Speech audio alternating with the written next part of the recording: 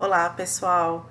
O assunto que eu venho trazer para a gente conversar hoje, se a gente for pensar em termos cronológicos, é antes ainda do primeiro vídeo que vocês devem ter assistido aqui, que é do Maquiavel. Eu resolvi falar um pouquinho algumas questões que aconteceram antes do surgimento da ciência política, né, porque essas questões todas vieram com Maquiavel. Porque tem autores que também discutiram a política antes de todos os cientistas políticos e que trouxeram muitas contribuições. Então a gente vai fazer uma viagem lá para a Idade Antiga, lá para alguns filósofos que trataram de política e que foram muito importantes até para o surgimento dos autores que vieram depois. Antes de falar de cada um deles, eu vou trazer rapidamente algumas ideias sobre três filósofos. Então, antes de falar de cada um deles, pensando na Idade Antiga, é interessante lembrar que antes do Maquiavel, antes do surgimento da ciência política, de se ter o estudo da política a partir de um método, de escrever a política como ela é, tinha um pensamento da filosofia para estudar essas questões das cidades, na época, né, chamavam de polis, então todas as questões relevantes que existiam naquele momento. Então tem alguns conceitos, algumas palavrinhas que são interessantes para a gente conhecer antes de entrar propriamente nos autores. Então, a primeira questão é entender como a filosofia trata essas questões políticas. A filosofia tem um jeito um pouquinho diferente da ciência. A filosofia trata as questões políticas numa discussão no campo de um ideal. Como deveria ser a política, como deveria ser o homem, como deveria ser a participação. Então é mais nesse campo do que os filósofos chamam de dever ser, né? Que se deveria ser esse mundo ideal, não tanto falando das questões mais propriamente reais.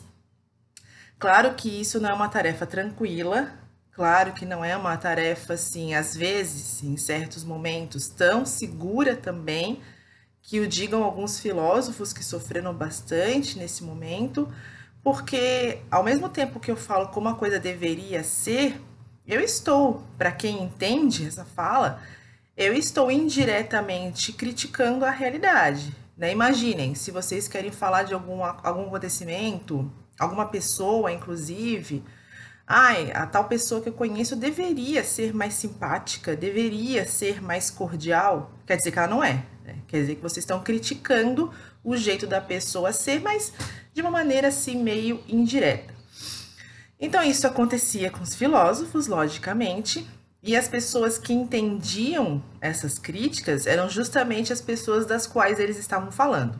Então, chega a ser até um trabalho bem perigoso, o trabalho de um filósofo, se a gente pensar numa idade antiga, que é uma época que os governantes tinham todo o poder em suas mãos. Então, fica bastante perigoso. Enfim, um outro conceito importante, mais duas palavrinhas, né, para a gente começar a falar dos filósofos, mais duas palavrinhas, uma delas é a própria ideia de polis, que eu mencionei. Quando a gente fala de polis, uma tradução direta é cidade. Polis a gente pode traduzir por cidade. Tanto que Florianópolis, né, tem a ver com a cidade, em homenagem ao Floriano Peixoto, né, que já é uma outra discussão, mas enfim, tem a ver com essa tradução polis-cidade.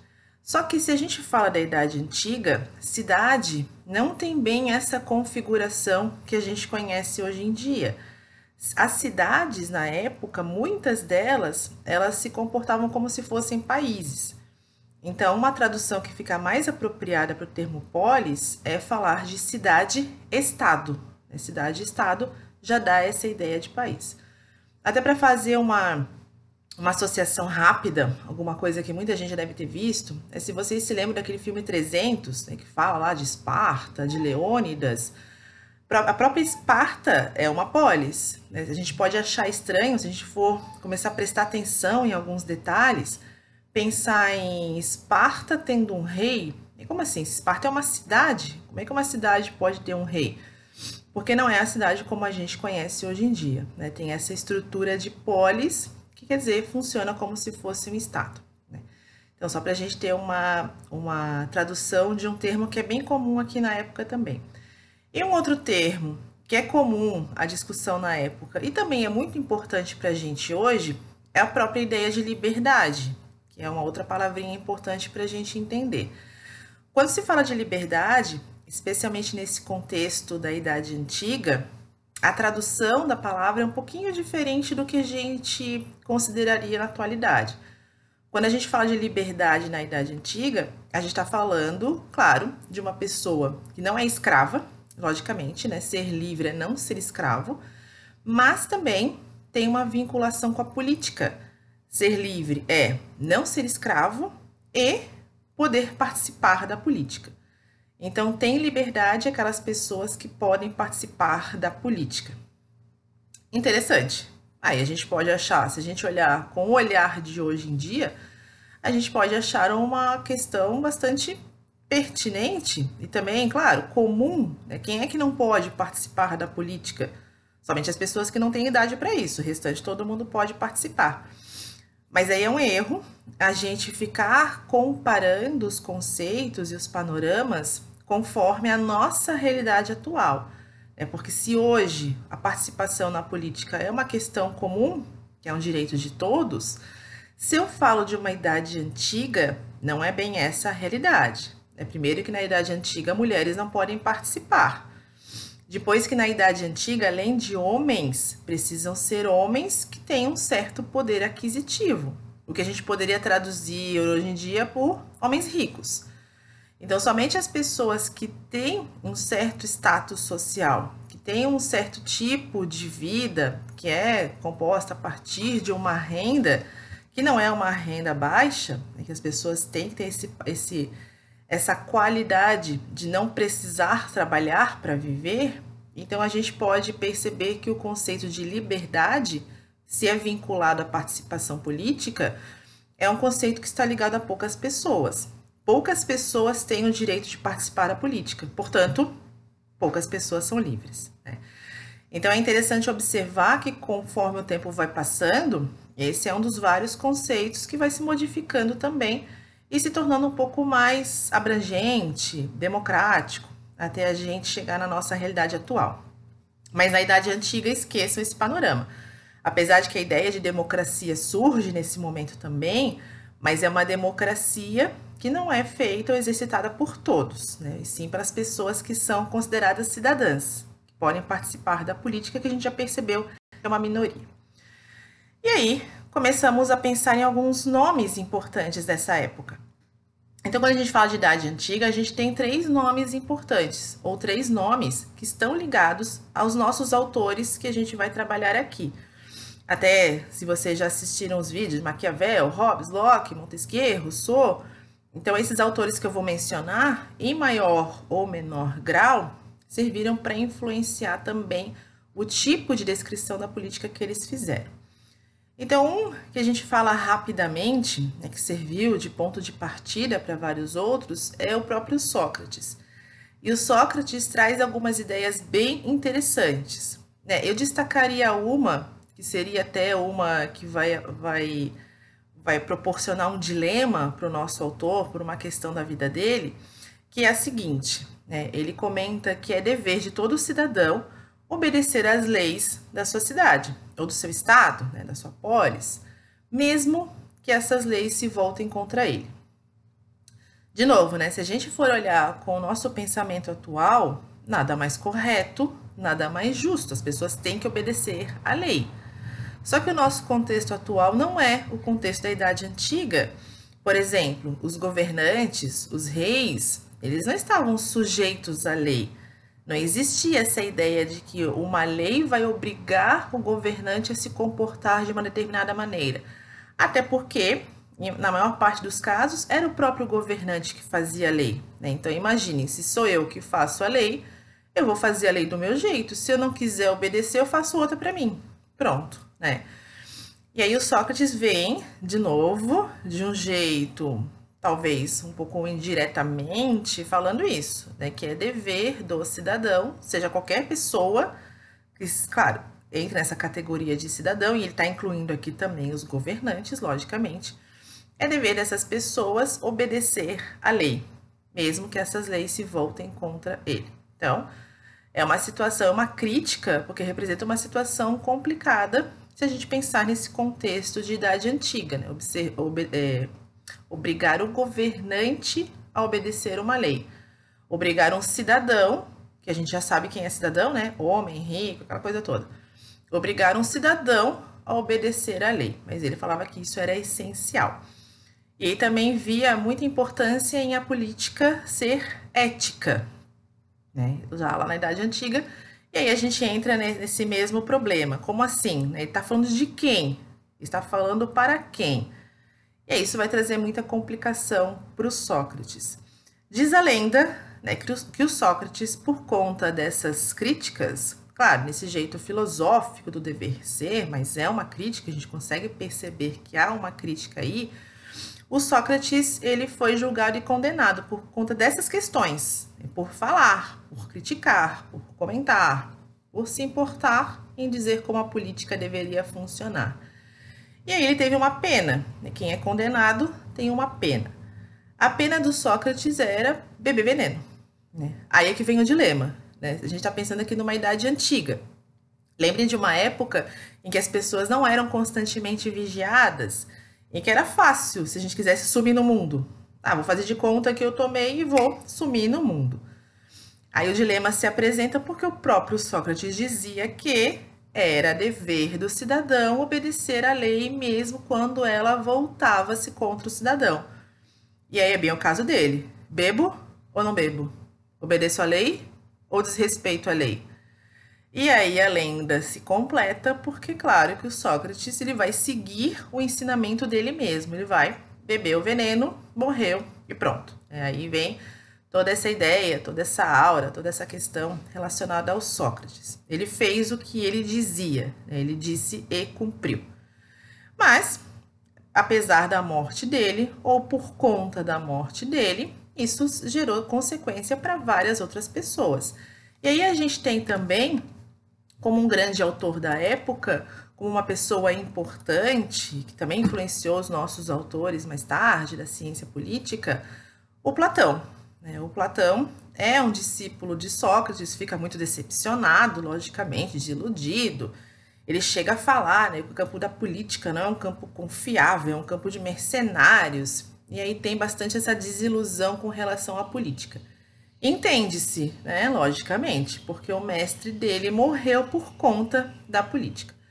Mesmo assim, o Platão vai discutir, vai escrever, tem textos que tem essas coleções clássicas aí até hoje, tem vários textos de Platão sobre a política, e ele comenta que a política é um assunto muito sério, obviamente, né, como a gente já sabe até hoje em dia. E por ser um assunto muito sério, nós precisamos, na verdade, que os nossos governantes tenham algum tipo de conhecimento. E aí o Platão comenta que é até uma frase que é um pouquinho difícil de entender, mas a gente tem que traduzir o que ela significa, né? Um pouquinho difícil porque parece meio sem noção, né? O Platão fala mais ou menos assim: um verdadeiro rei deveria ser um filósofo. Ué, como assim, né? Um rei tem que ser um erudito? Um rei tem que ser um escritor? Um rei tem que ser o quê? Ele relaciona a filosofia, porque vamos lembrar que é a Idade Antiga. Então, na Idade Antiga, existem poucas áreas de conhecimento, especialmente que sejam acessíveis às pessoas. E quando eu falo pessoas, estou pensando mais nos cidadãos, né? Porque as outras pessoas da sociedade, elas não importam muito nesse momento, né? Porque elas não participam da política, então não importam muito para eles. Mas, enfim, o verdadeiro rei deveria ser um filósofo porque a filosofia representava o conhecimento. Isso era o conhecimento da época. E a gente precisa ter governantes com conhecimento. Então, reparem nessa frase, né? Ele fala bem de um jeito filosófico. O verdadeiro rei deveria ser, lê lá, dever ser, né? Deveria ser um filósofo. Ele está fazendo uma crítica à realidade. Ele está dizendo que os reis na prática não são. Portanto, os reis na prática não detêm conhecimento. E isso é muito ruim. E isso é muito perigoso. E aí, para alertar sobre esse perigo, ele acaba desenvolvendo, escrevendo, explicando um mito, assim, uma fábula. Eu costumo dizer, né, que o mito, claro, em palavras bem coloquiais, bem comuns, o mito é uma historinha. É uma historinha que alguém conta pra gente entender no nosso modo de entendimento, pra gente conseguir pegar o que a gente precisa aprender. Então, o Platão conta uma historinha, um mito, né? Vai contar um mito que se chama Alegoria da Caverna. Muita gente conhece, é um mito bastante popular. Eu até vi alguns semestres atrás, até uma aluna minha me trouxe essa historinha dentro da historinha da Turma da Mônica. Eu não acredito, né? A Turma da Mônica também tem uma historinha que conta aí a ideia da alegoria da caverna, para ver como é popular, né? Então, o que significa a alegoria da caverna? Se vocês já ouviram falar. É aquela história do pessoal que lá antigamente estava acorrentado numa caverna, né, olhando para o fundo dela. E aí acreditava que aquilo era a realidade, né? E tudo que eles conseguiam perceber eram as sombras na parede que vinham da abertura da caverna que ficava nas costas que eles não conseguiam enxergar. E aí, logicamente, que isso representa a ignorância, né? Então, as pessoas veem os vultos na parede e acham que aquilo é a realidade. Só vão perceber que não é algumas pessoas que conseguem se libertar, saem e aí percebem que tem o mundo, vão para a luz, né? E percebem que tem todo mundo e aí tem o conhecimento. E aí ele usa essa historinha para mostrar justamente essa importância. Imaginem o perigo de um rei ser um ignorante, achar que as sombras no fundo da caverna é que são a realidade. Então isso é muito problemático. Precisamos de pessoas que tenham conhecimento. Como eu estou gravando em casa, tá passando agora o caminhão do gás, né? Mas tudo bem, né? Faz parte. Mas enfim, o Platão vai com essas dicas, com essas histórias, com essas fábulas, com esses mitos, ele vai explicando para as pessoas como a política deveria ser, como a sociedade deveria ser.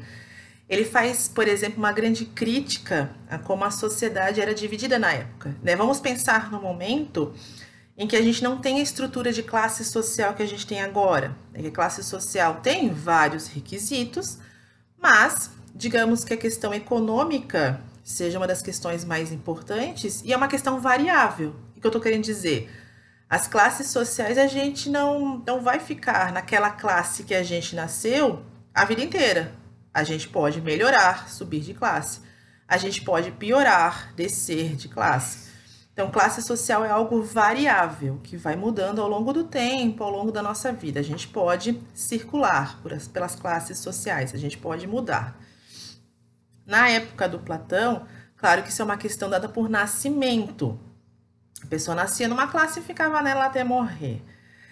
E ele era contra isso também. Ele achava que essa divisão da sociedade deveria ser mais ligada ao merecimento ou às qualidades que a pessoa tinha, né? Por exemplo, ele imagina uma sociedade dividida em 3 classes principais: o pessoal que está no governo, o pessoal que cuida da defesa, né, os guerreiros, essas coisas todas, e o pessoal que trabalha no campo, né, a força de trabalho realmente da época.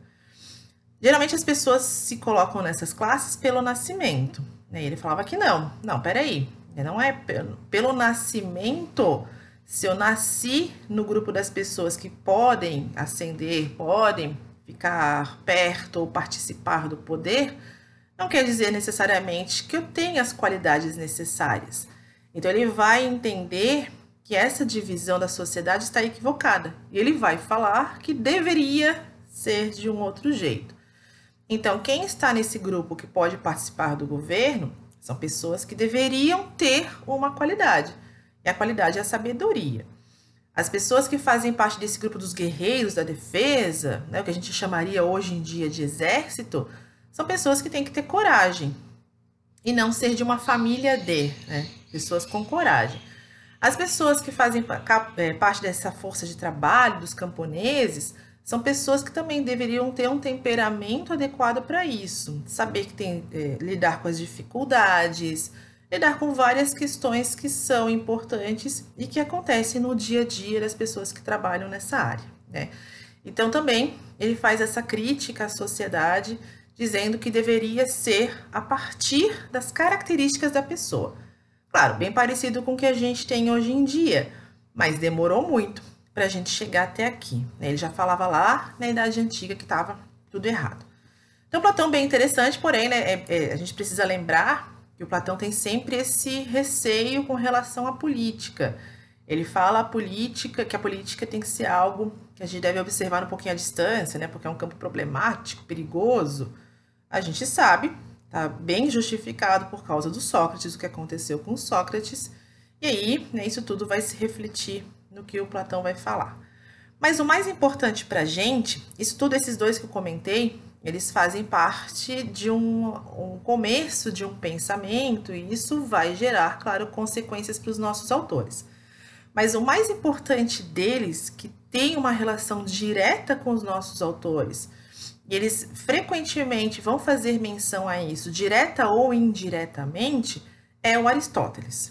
Então, definitivamente, se eu precisar concentrar as minhas atenções em um filósofo da Idade Antiga, e o meu interesse é entender os autores da ciência política, o filósofo que eu preciso concentrar a minha atenção é o Aristóteles.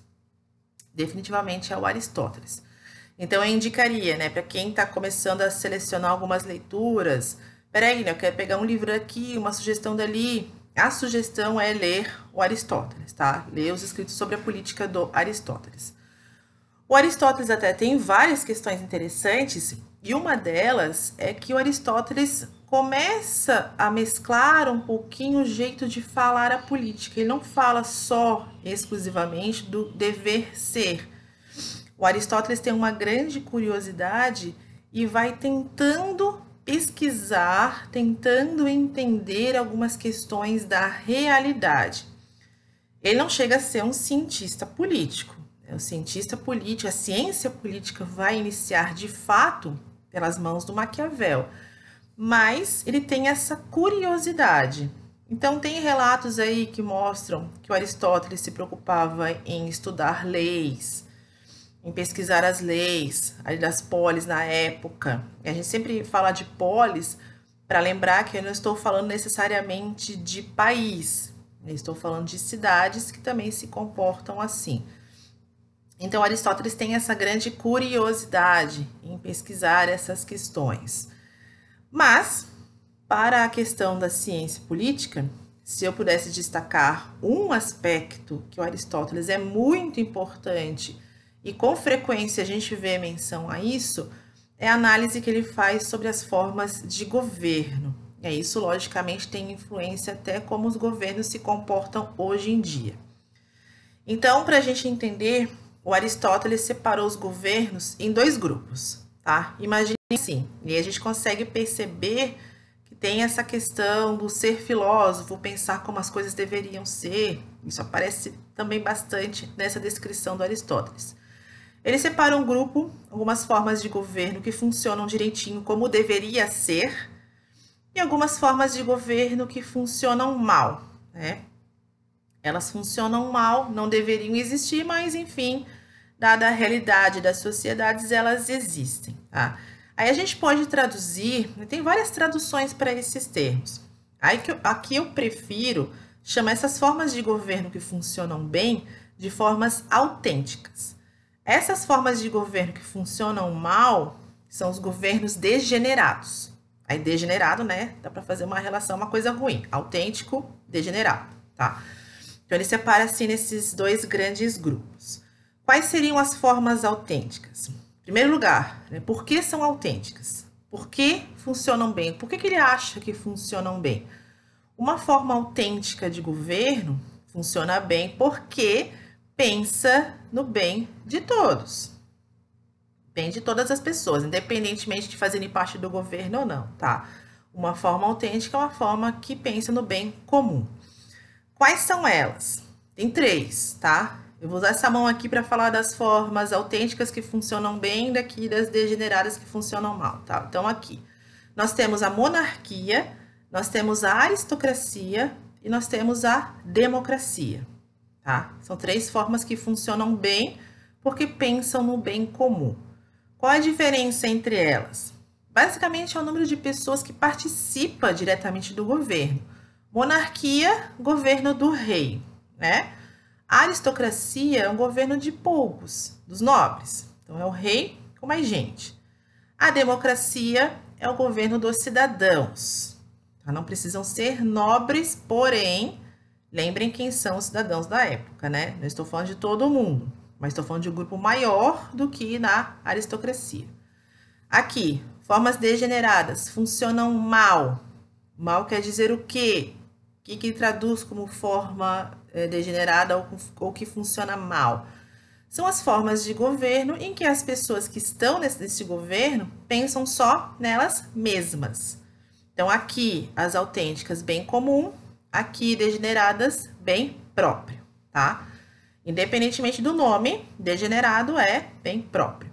Então, são três também. Nós temos a tirania, nós temos a oligarquia e nós temos a tradução que eu prefiro, tem vários nomes para essa terceira, tá? Mas eu prefiro a tradução que fala de demagogia, tá? Então, são três também. Assim como eu falei das formas autênticas, nas formas degeneradas, a diferença entre elas, entre essas três, também é o número de pessoas que participam. Então, uma tirania é um governo de um, do tirano.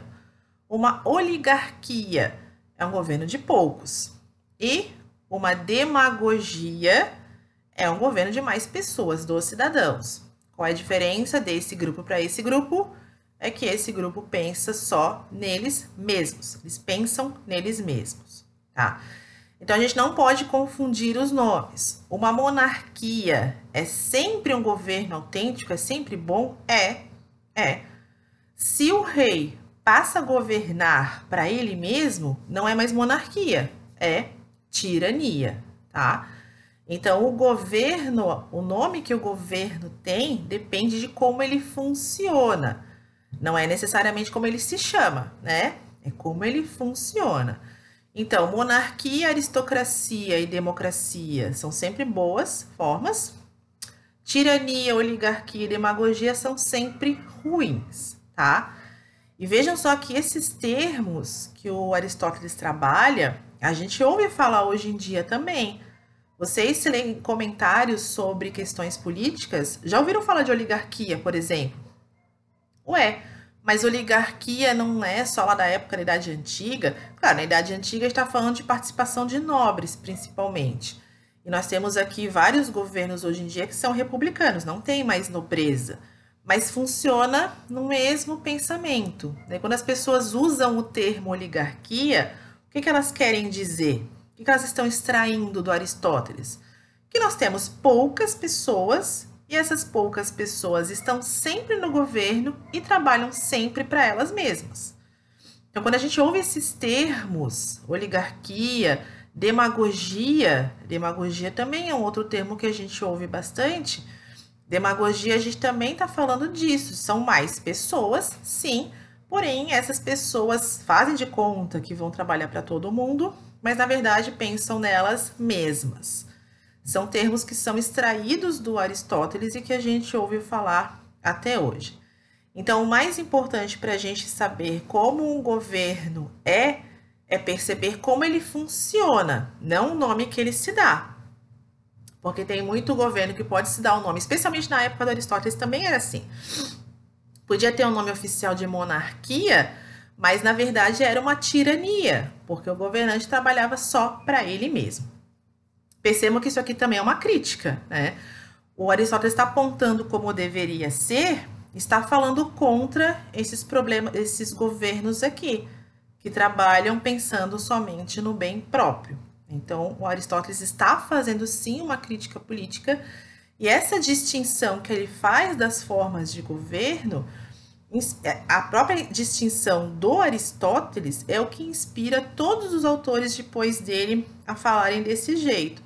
Quando um autor fala, analisa como um governo deveria ser, né, uma forma mais apropriada, ele está se inspirando aqui do Aristóteles. Até o último vídeo que eu publiquei, quando eu falei do Montesquieu, se vocês se recordarem, se vocês assistiram Montesquieu, vão lembrar disso. O Montesquieu fala bem da monarquia e fala mal do despotismo. Montesquieu chama de despotismo que o Aristóteles chamaria de tirania, né? Então, Montesquieu fala mal do despotismo, dizendo que é um governo a partir da vontade. E isso tudo vem também uma inspiração da crítica do Aristóteles. Então, esses grandes autores sempre leram os grandes autores que vieram antes deles, né? No caso aqui, o Aristóteles. Então, apesar de ser o autor da Idade Antiga, apesar de ser o autor de uma época em que democracia, cidadania tem uma definição parecida, mas são conceitos que são para poucas pessoas, mesmo assim, se a gente relevar essas diferenças, entender essa diferença de época e atualizar o conceito, a gente consegue perceber que é um autor, o Aristóteles é um autor que sim, é muito útil para a nossa atualidade. Até para a gente discutir essas questões. O que é um governo bom? O que é um governo autêntico, degenerado? O que é funcionar bem, independentemente do número de pessoas que participam? Bom, pessoal, então era isso. Eu queria trazer só alguns autores da Idade Antiga, até porque esses autores servem para ajudar a entender os autores mais recentes. Então, depois de assistir esse vídeo, é interessante voltar e assistir de novo todos os outros da ciência política. É interessante porque daí vocês conseguem perceber essa influência. O que eu tinha para hoje era isso. Então, a gente se encontra numa próxima oportunidade. Tchau!